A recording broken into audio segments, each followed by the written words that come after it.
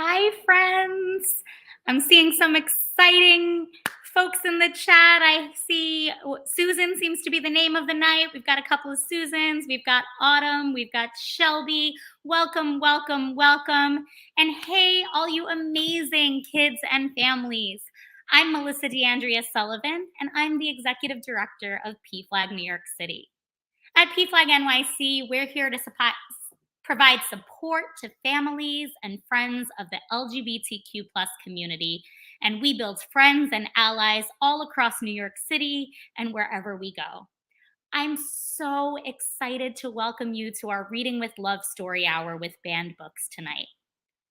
You know, sometimes people try to stop us from reading cool books that talk about love and being yourself just because they're afraid. But we're not going to let that happen because we're a brave group who stands up for what we believe in. And we believe in celebrating love in all of its forms and being true to who we are. Today, we have some super special guests, drag artists who are like magical storytellers. They're going to make these stories come alive in the most fabulous way possible. These stories are like beacons of love and happiness. They show us how to be the best, most wonderful versions of ourselves. And guess what? We're not going to keep them hidden. We're going to share them with all of you. In the next hour, you're going to see lots of sparkles, lots of glitter and excitement. Our drag friends, Coco Sho-Nell, Emi Grate, Mr. Max, and Nancy Nogood are going to use their incredible talents to bring these stories to life. They're showing us that being yourself is the coolest thing ever. Our stories today will talk about important stuff, like how everyone is unique, different families, and the history of a super colorful flag that became a symbol of safety and welcoming for our community. All the stories were written for kids just like you, but they're fun for adults too, to help us see a future filled with love and happiness. So let's get ready for a fantastic adventure and let's have a blast together. Thanks for being here, and let's enjoy the show. Our first book is called Pride, and we have a very special message from the author, and then it will be performed by one of PFLAG NYC's best friends, Miss Nancy Nogood. Drag queens, banned books, what could be better? Hey, I'm Rob Sanders. I'm the author of Pride, the story of Harvey Milk and the Rainbow Flag, as well as other books that celebrate the LGBTQ community. And I'm thrilled that you're going to be hearing my book read during this event. Pride was inspired back in 2015 when the Supreme Court made its marriage equality decision. That night, the White House was lit up in the colors of the rainbow flag. And I knew as a school teacher that my students had probably seen a pride flag, but didn't know about its history or its importance or why people like me cared about it. So I decided to write a book that would help those students and other students know about the flag, about Harvey Milk, and about my community. So I wrote it for my students, but I also wrote it for myself, for kids and adults who don't know our history or haven't had a chance to read about our history. I wrote it for you. So I believe we need to know our history, and we should be able to celebrate it, read about it, teach about it, tell about it. I hope you will continue to read with love and read with pride. Enjoy.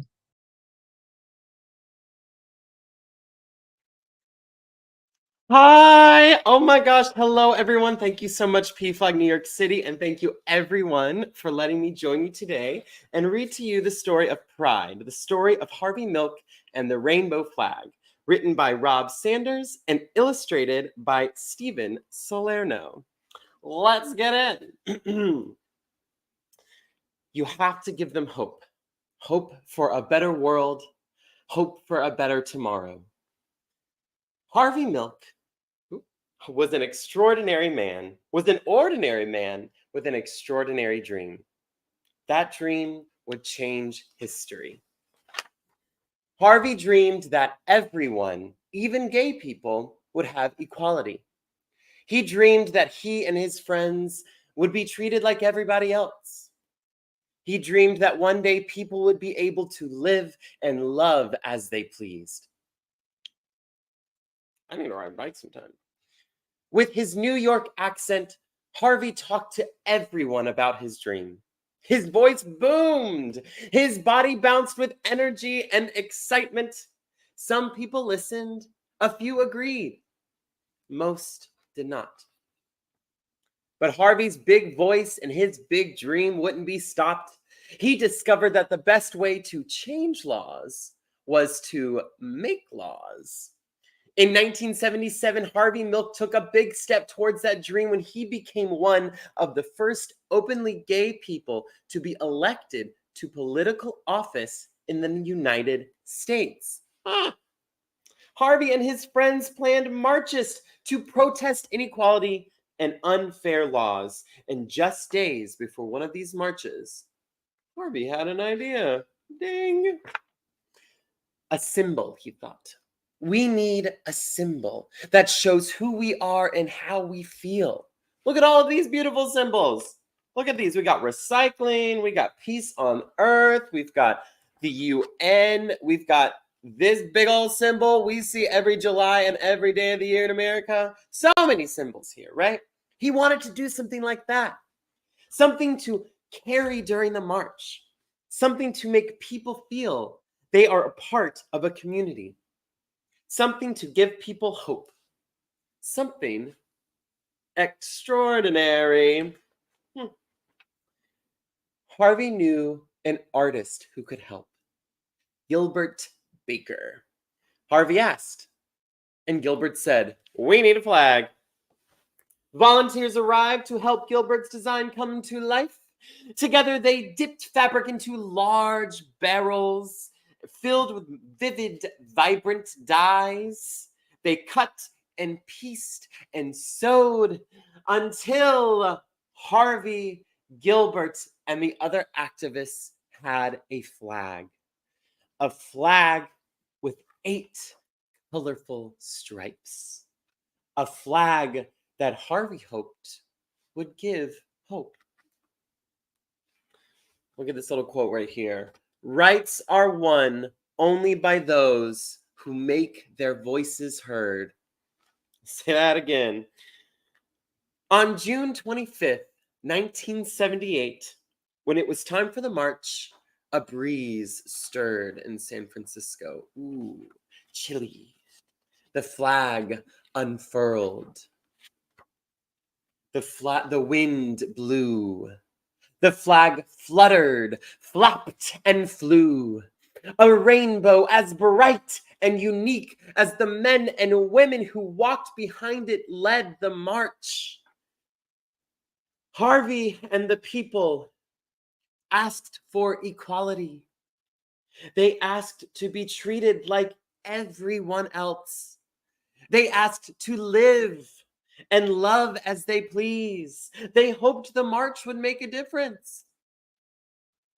Do you think it made a difference? We shall see. Harvey was proud of the flag and proud of himself. And he hoped others could be proud too. Look at all these proud people. Look at this. We got a surfer. We've got a service woman. We've got, I bet that dog's proud. That dog is proud. You know the dog is. Look at all these wonderful people. Look at that. Look at that. Look at her. Look at her. Anyway, let's keep going. 5 months later, on the morning of November 27th, 1978, Harvey and the mayor of San Francisco, George Moscone, were assassinated. Their lives were taken by a man who did not think like Harvey, or feel like him, or love like him.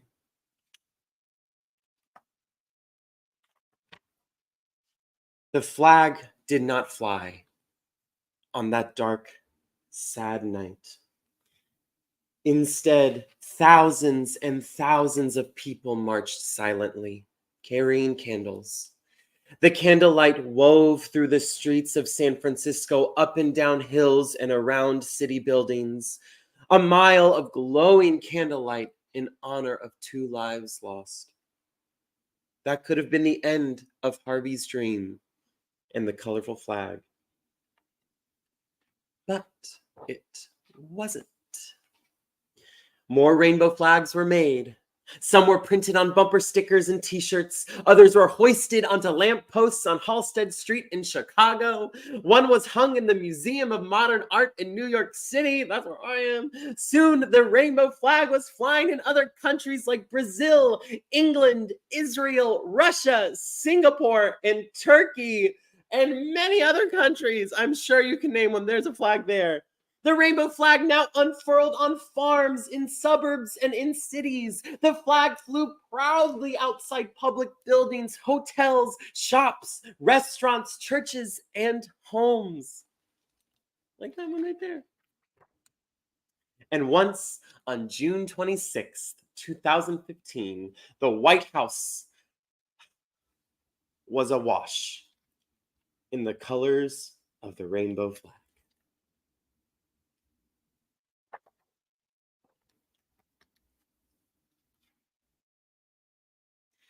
Equality, pride, hope, love. Harvey's dream became a flag for us all. Thank you so much, everyone. Mwah! Toodaloo. Thank you, Nancy, for that beautiful and exciting kickoff and Oh for my making God, your of voice course. heard. I hope all of you will march with PFLAG NYC and wave your flags at New York City Pride on the last Sunday in June. And now we're on to our next book, In Our Mother's House. It's written by Patricia Polacco and performed by the most talented Coco Sho-Nell. Well, hello everyone out there. Hope you're having an amazing Thursday. I am, because I get to spend it with you. And my name is Miss Coco Sho-Nell, spelled phonetically. You look it up. And we're going to read a lovely book called In Our Mother's House. Now, in my mother's house, there are many rules, but you're going to learn about this one today. Okay? And this one is by Patricia Polacco. When my mothers told me about how they brought me home to live with them shortly after I was born, their eyes would shine and glisten and they grin from ear to ear. They told me how they had walked across dry, hot deserts, sailed through turbulent seas, flew over tall mountains, and trekked through fierce storms just to bring me home. Then they both got tears in their eyes when they tell me what it was like to hold me in their arms for the very first time.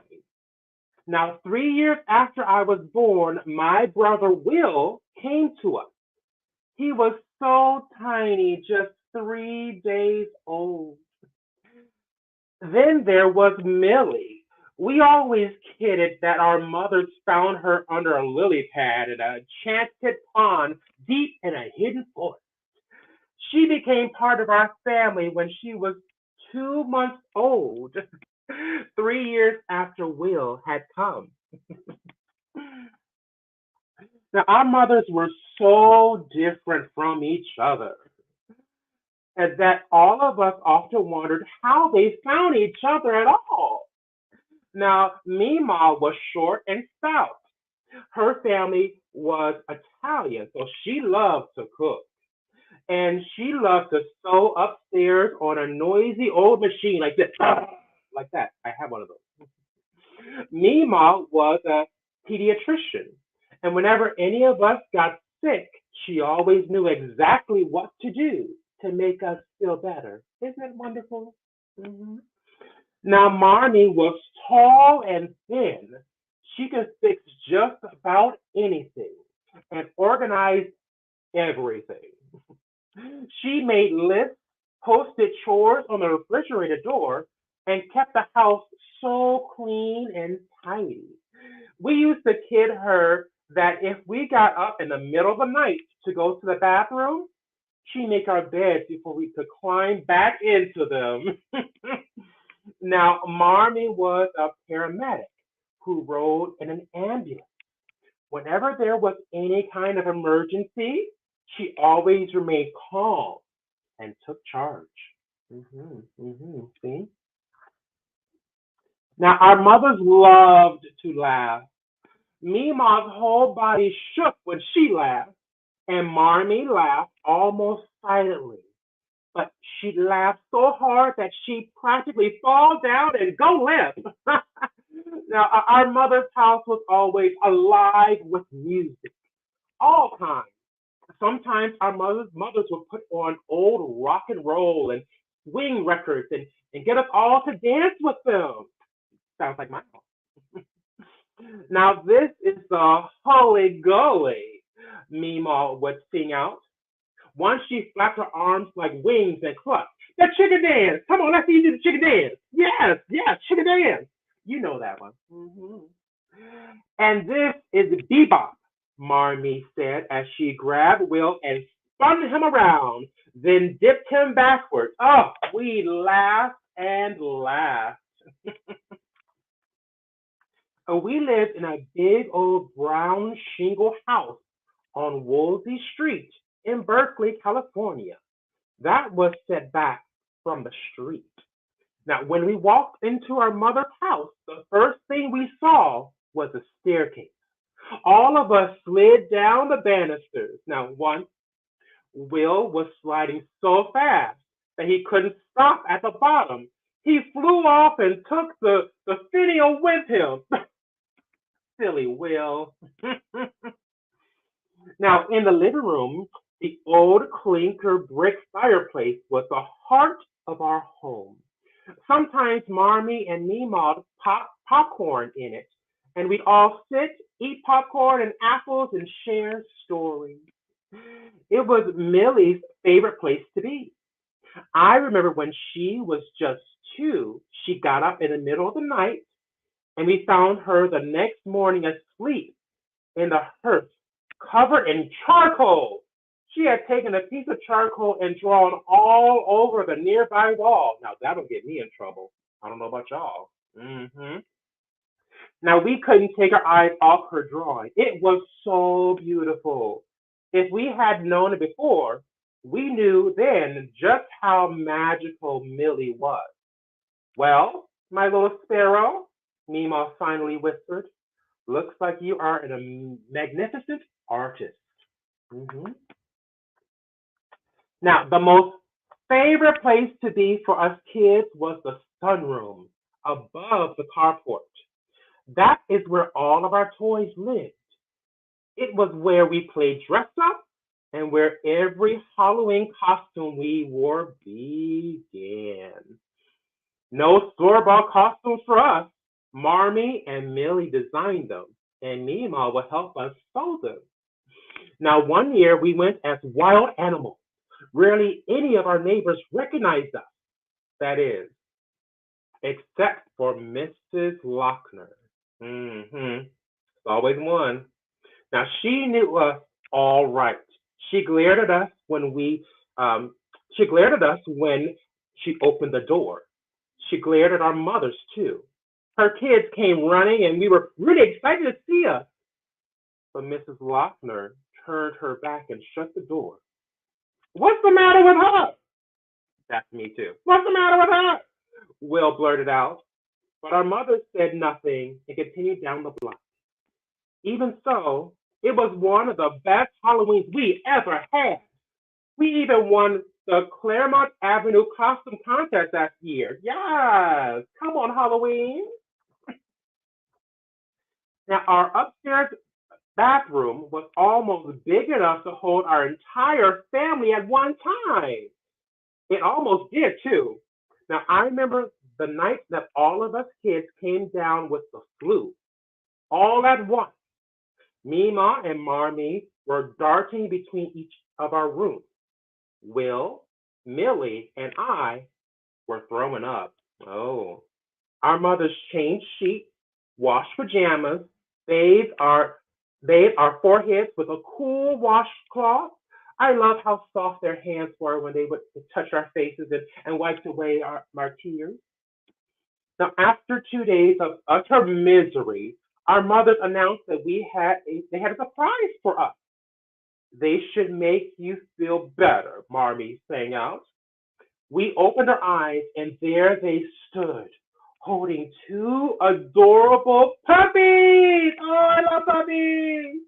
Now, when those puppies started jumping about and licking our faces, we all squealed with joy. We finally named them Miso and Wasabi. hmm Someone likes sushi.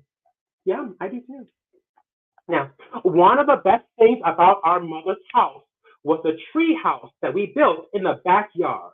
Practically the entire neighborhood helped us. It all started with Will, who, like Marmee, was always building things. One Saturday, we found some plants from a tree house in a magazine and went to her.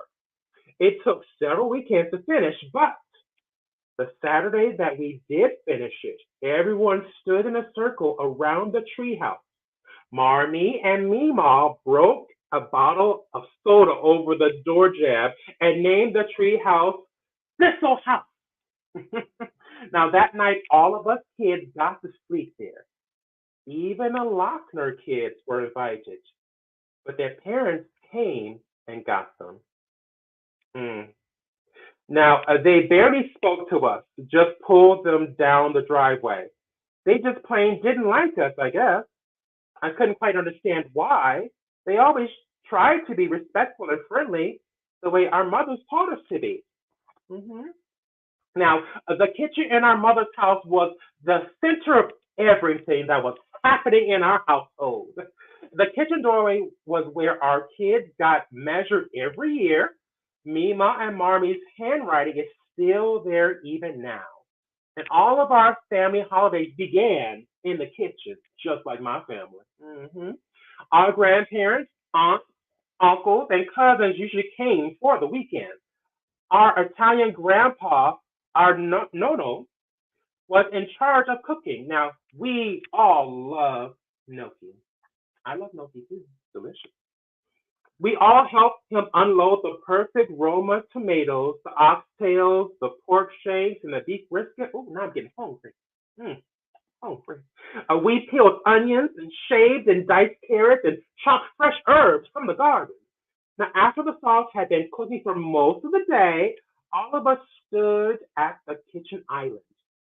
Nono made a well, in the middle of the hill of flour and broke several eggs into it. Then he riced very hot boiled potatoes right into the flour well. He'd shake his hands from the heat of it as he kneaded the volcano of flour, eggs, and potatoes in a dough. You get a recipe now. Okay, I'm gonna take this later. Do this later. Now, then Marmee and Meemaw rolled the dough into long tubes. Millie and Will got to cut them into small pillows. Then I ran each pillow over the back of the floured fork. Nono dropped the gnocchi into boiling water. When they floated to the top, they were done. Sauce and potato dumplings were dished up, salads were made, and baguettes of French bread from the bakery were carried to the table, where we were all so ready to eat. I'm ready to eat too. This was good. Now, at our table, we didn't only eat, though. Marmee and Meemaw made sure of that. Everyone talked about everything: politics, sports, music, art. Their voices got louder and louder. Opera was always playing in the background. Then they all burst into laughter that shook the table. Nono would pound his fist and laugh the loudest. What I loved the most about our family was that we could all speak our hearts. We never measured words. Now, after dinner, all of us kids would sit on the stairs with our grandparents. This is when they tell us about when they were young in the old country. It was the best part of the day. Marnie and Mima would listen and smile. Oh. One of the niftiest things that happened in our neighborhood was Woolsey Street Block Party. Marmee organized it, of course. It became a tradition.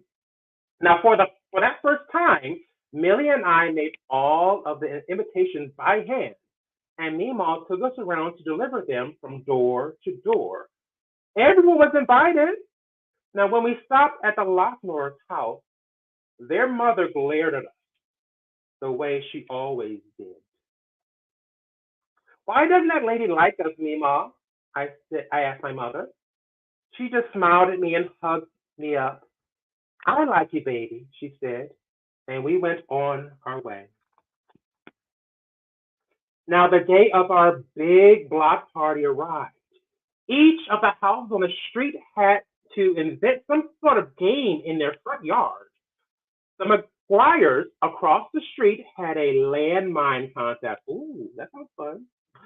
A blindfolded player had to pick his way past marshmallow mines while a caller warned him where they were.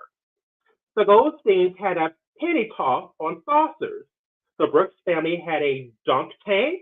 A lot of fathers got dunked that day. The Abdullahs had a fishing booth. I think our family had the best game of all. A miniature golf course. Will, Marmee, and I put it together. We lashed together old rain gutters with traps and obstacles that had to be putted around in order to get to the end. A flower pot buried on the top.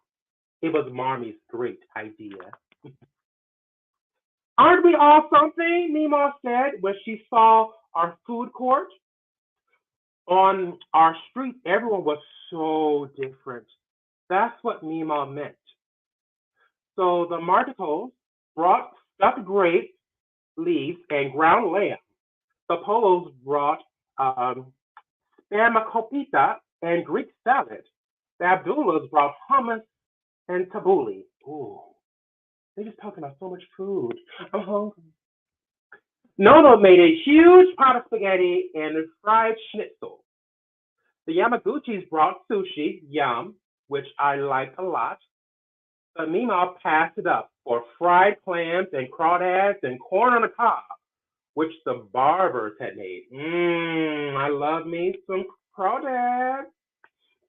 Now, at the end of the day, when everyone was cleaning up and getting ready to sit in our backyard and just talk, Mima looked up to see Mrs. Lochner coming down the street.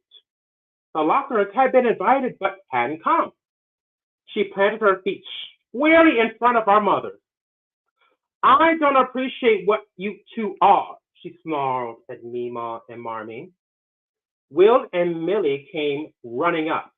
I froze where I was. Mrs. Lochner wheeled and stalked off. What's the matter with her, Mama? What's the matter with her? Millie kept saying. All the neighbors closed in on us. She is full of fear, sweetie. She's afraid of what she cannot understand. She does understand us, Mima quietly said. There seems to be no love in her heart either, whispered Marmee. The neighbors agreed. The Mardisos, the Polos, the Yamaguchis, the Kirins, the Goldsteins, the Abdullahs, everybody. And one by one, they hugged our mother. Then they all stayed and talked until late that night, thanking Mima more than once for thinking up the block party. Now, there wasn't a day in my life that I didn't feel deeply loved and wanted by Mima and Marmee. Our mothers were willing to do anything for us. We knew that. Here's what I mean. One day, Millie and I ran all the way home from school and came tumbling into the kitchen with news. Mima, Marmee, we've been picked to host mother-daughter tea this year. She squealed and jumping up and down. Well, what an honor, Mima said, looking at Marmee. That means we are going to have the tea here, I trumpeted. And I looked at Mima and Marmee. You both will have to wear long dresses with big picture hats. All of the mothers will be dressed like that, Millie added quickly. Mima and Marmee looked at each other and shrugged. We had never seen either of them in a dress, ever. Okay, they finally said. Well, okay. This is going to be a first. Mima sewed 3 whole nights to finish not only their dresses, but Millie's and mine as well. The garden was decorated, tables rented and set. A string quartet was hired, and our mothers had the affair catered by our Nono. After Millie and I got dressed, we waited at the bottom of the stairs for our mothers. We could hardly wait to see them. Oh, and then they appeared at the top of the stairway. We both caught our breath. They floated down like shimmering swans. As uncomfortable as they must have been, they looked beautiful. The tea was gorgeous, and everyone commented on how elegant everything was. My heart still skips. Oh, it skips a beat when I think of the two of them trying so hard to please us in those awkward, sweeping, ridiculous dresses. Now we love them for doing this just for us. From the day we entered our mother's house, they prepared us for the day we would have to leave. It was the first time when I left to go away to medical school. Then Will left to study engineering. Our Millie went all the way to New York to become a fashion designer. Not surprised by that. Of course, our hearts never left our mother's house. And over the years, Will, Millie, and I returned to be married in the garden back under Thistle House. Oh, that's so pretty. Look at that. They're all getting married. Oh. We celebrate our holidays together there, sang at birthday parties there, cried together when we lost our grandparents. When the 3 of us had our babies, all of them took their first steps in front of that clinker brick fireplace in their living room. They fell into the warming arms of their grandmothers, just as we had done. We watched our mothers grow old together in that house. They passed away within a year of each other. Will, Millie, and I placed them together in a green hillside overlooking the bay, very near the place where they pledged their love to each other so many years ago. Will and his family live in our mother's house now. We are so pleased that it didn't go to a stranger, and it is still a gathering place for all of us and our families. The walls still whisper our mother's name. All of our hearts find peace whenever we are there, not only remembering them, but being there together in our mother's house. The end. Oh, that was a beautiful story. Thank you for sharing that with us. And thank you, Miss Coco, for reading a book about a family that looks a lot like mine and reminding us that all families are beautiful, especially those that include a wonderful Italian cook. I make a mean eggplant parmesan, y'all. And I'm from Brooklyn. We love a block party. Now, for our next book, Mr. Max is going to read a book called When Aiden Became a Brother by Kyle Lukoff.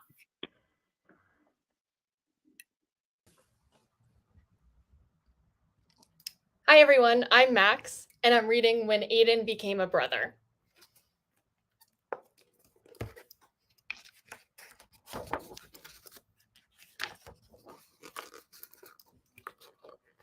When Aiden was born, everyone thought that he was a girl. His parents gave him a pretty name. His room looked like a girl's room, and he wore clothes that other girls liked wearing.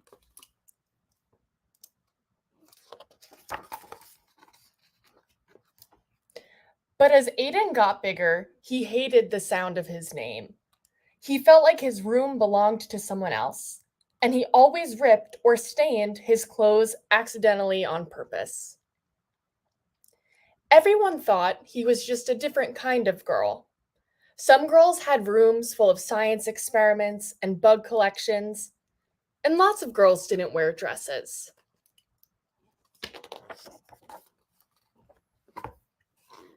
But Aiden didn't feel like any kind of girl. He was really another kind of boy. It was hard to tell his parents what he knew about himself, but it was even harder not to. It took everyone some time to adjust, and they learned a lot from other families with transgender kids like him.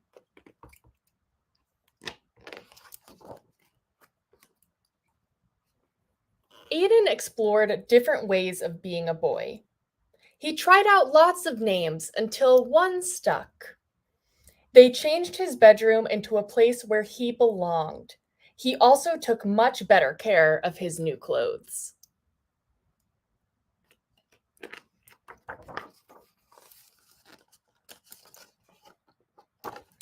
Then one day, Mom and Dad had something to tell him.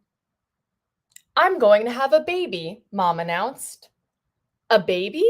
Aiden said. "Does that mean I get to be the big brother?" "Of course," said Dad, ruffling his hair. Aiden thought that being a big brother was an important job for a boy like him. He wanted to make sure this baby would feel understood right away.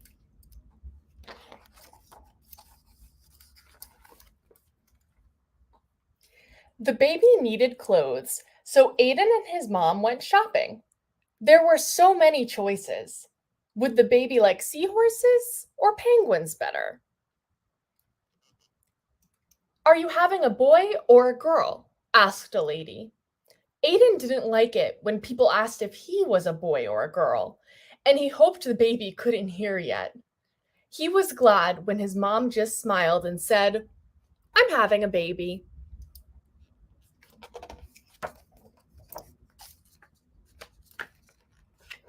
The baby's room needed to be painted, so Aiden and his dad went to the hardware store. Dad chose a gallon of sky blue paint, and Aiden added a puffy cloud white. "Are you excited for your new brother or sister?" asked the paint guy. "I'm excited to be a big brother," Aiden said. The paint guy looked confused. Aiden could tell that he wanted to ask a different question and was glad to have his dad there.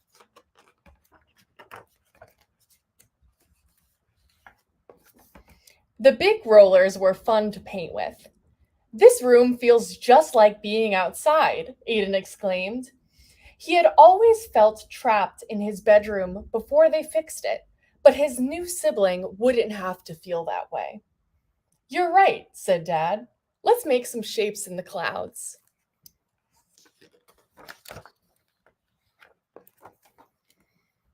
Every baby needs a name. Aiden loved getting to choose his own, but he remembered that it had been hard for his parents to let go of the name that they gave him. He looked for names that could fit this new person, no matter who they grew up to be.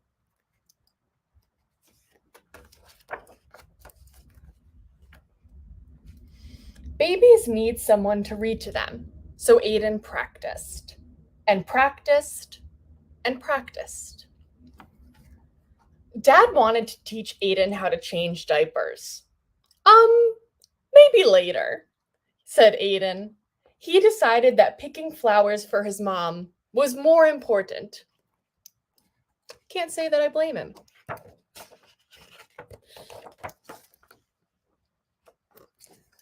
Two weeks before the baby's due date, Aiden started to worry. Maybe he should have picked different clothes. The blue walls might be too bright. He wished he could ask the baby which name they liked best.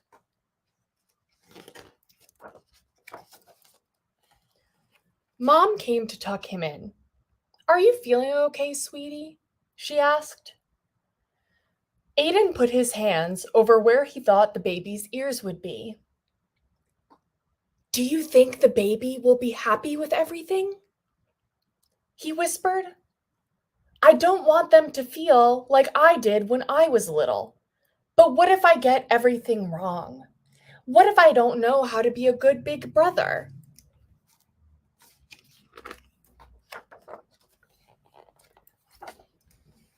Mom hugged him tight. When you were born, we didn't know you were going to be our son. We made some mistakes, but you helped us fix them. And you taught us how important it is to love someone for exactly who they are. This baby is so lucky to have you, and so are we.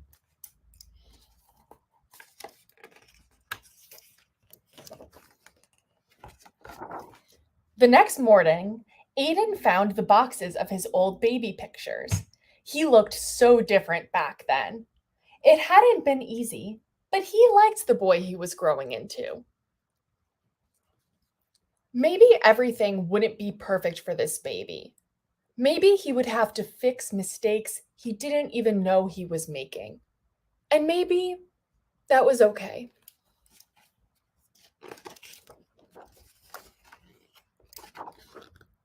Aiden knew how to love someone, and that was the most important part of being a brother. The end. Thank you so much, Mr. Max. It's so cool to learn about special big brothers like Aiden. And now for our final exciting performance, we'll hear from Emi Grate telling us the story My Shadow is Purple by Scott Stewart. Hello, this is Auntie Emi, and I am going to read you this little book called My Shadow is Purple, written and illustrated by Scott Stewart. My dad has a shadow that's blue as a berry, and my mom's is as pink as a blossoming cherry. There's only those choices, a 2 or a 1, but mine's quite different. It's both and it's none. If there's a straight, then mine is a circle. For my shadow is different. My shadow is purple. My shadow loves playing with all sorts of toys, things loved by girls and things loved by boys. I dance with the pinks as they turn and they spin, and play sport with the blues as they lose and they win. Some of my friends think I'm simply confused, but the thing I love most is not having to choose. Some tell me I'm blue. Only blue can be strong. But my mom's strong too, so I think they're wrong. Some tell me I'm pink, 'cause pink's the most caring. But dad's always crying and loving and sharing. Why can't I love sport and dancing and trains and ponies and glitter and engines and planes? Why must I choose and exclude all the rest? I love choosing both because both is the best. And now it's time for the greatest event. The school dance is here. The invite's been sent. I'm ready to rock and I'm feeling cute. My mom made my skirt and my dad made my suit. I bounce through the door and gasp as I enter. The room split in two, right down the center. Blue shadows go left and pink shadows right. Once we're split up, we'll kickstart this night. Everyone laughs as they head to their zones, and right in the middle, I'm left all alone. I look to the left where the shadows are blue. They wave me over saying, "You're blue too! You're blue too! You're blue too!" Then I look to the right as I struggle to think. They call me over. "Come on! You're pink! Come on! You're pink! Come on!" The teacher walks up looking rather amused. "I know you're different, but now you must choose." My heart just starts racing. and the tears fill my eyes. I know I must choose, but I don't understand why.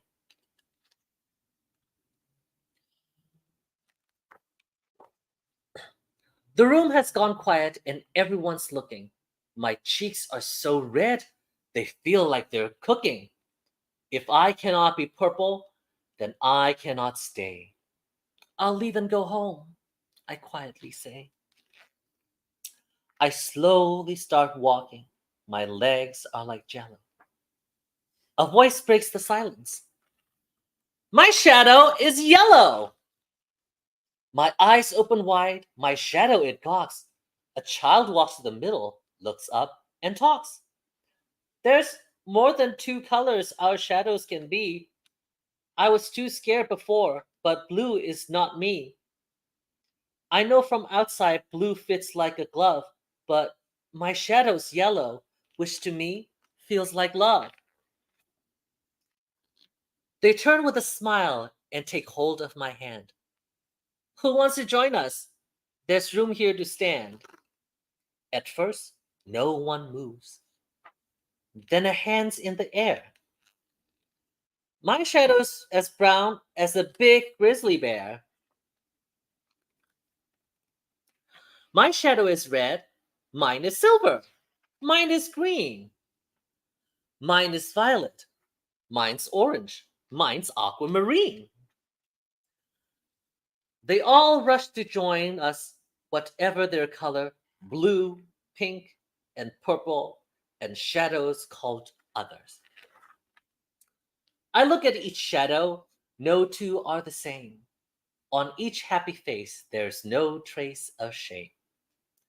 Each different and special and fully unique, no colors stronger and no colors weak.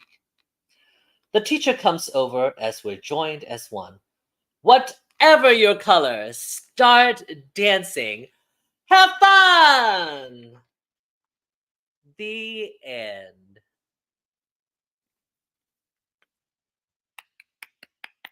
Thank you, Emi. That was such a great book about being true to who we are inside. Thank you so much. And thank you to all of our amazing performers and authors tonight. Please buy their books and support drag story hours at your local libraries. Let's give some snaps and claps for our incredible drag artists, Miss Emi Grate, Mr. Max, Miss Coco Sho-Nell, and Miss Nancy Nogood. They brought these amazing stories to life. PFLAG NYC is always here to support all of your families, and we have been for the past 50 years. If you like what we did tonight, please go onto our website, pflagnyc.org, and follow us on our social media pages at PFLAG or PFLAG New York City to learn about our support meetings, our special events, and the work we do in schools in New York. You can also make a donation there so that we can keep doing more events like this. We wish you a rebellious banned books week, an inspiring LGBTQ+ history month, and a great Latinx Heritage Month. Have a great night, everyone, and thanks for joining us.